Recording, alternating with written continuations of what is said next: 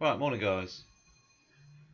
So, going to do the a7r3 and the a73's update, the new firmware version 3. So I've just gone to the website, which is the depending on which country you're in, as is the www.sony.co.uk, and then you just search for your camera, and then look in the support section, and then look at the downloads, and then just click on the download section for the newest update, which is the firmware version 3.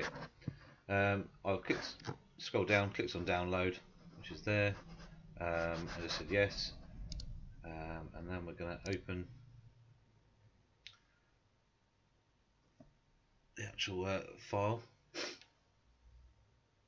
There we go. And then it's just going to say turn on the camera, selecting your USB connection.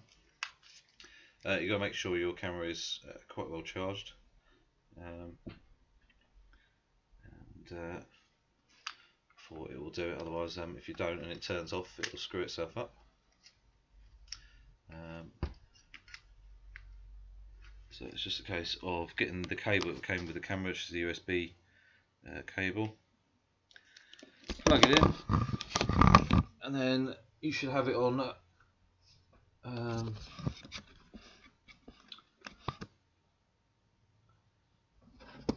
You should basically set the camera to mass storage. So if you go into the menu on the back of the camera before you plug it in, you can go right over to the toolbox and then select the USB connections and change it to mass storage. So we click next, and then it's just going to verify the connection. And then on the back of the camera, it's now saying follow computer instructions, so it's definitely connected. We've got a nice tick there. It's checked the version, so it's showing in the current version that we are at version 2.1, and we're going to go to version 3. So click next again. Now it just does its thing, and it's as simple as that. So the camera's just turned off,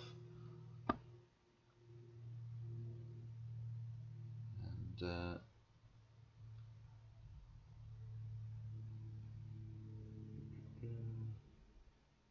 come back on.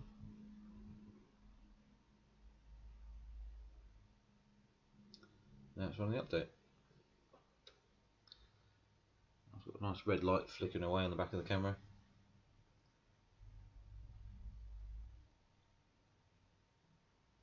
Then it's a case of go and try it out. So it's as simple as that, guys. It's not very difficult to do. Just make sure you've got 75% battery power to make sure you've got, obviously plenty of time for it to do that anyway. Saying that it should be powered up off the USB anyway, if you've got USB charging turned on as well, so it shouldn't be an issue anyway. And then we should have some nice updates. So we should have the obviously I haven't actually checked yet, because we're doing this live.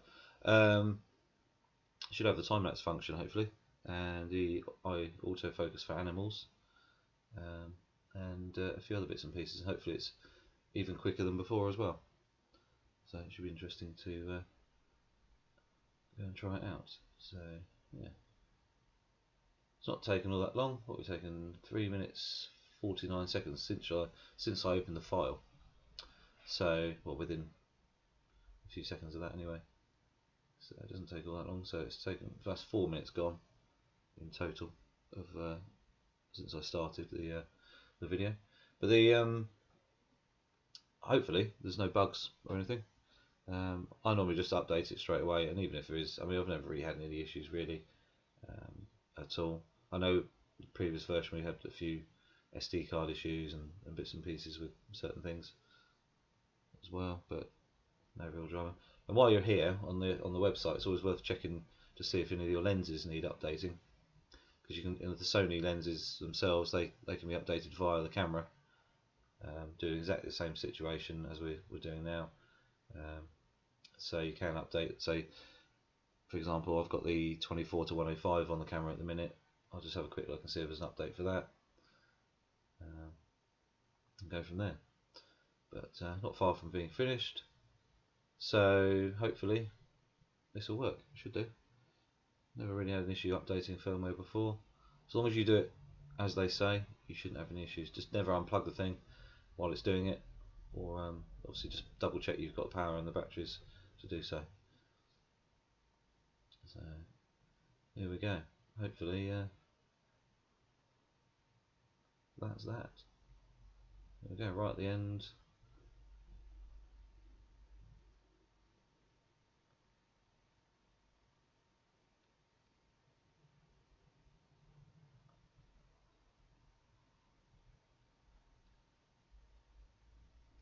Almost there.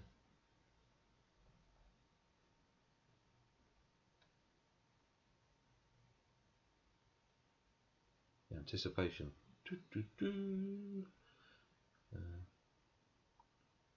There we go. Completed. So camera's turned back on. Now see something on the back of the screen. Let's go to things. So click finish, and that is it.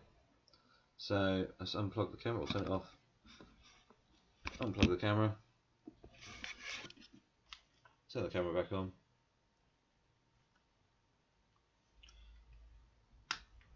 It's all working fine.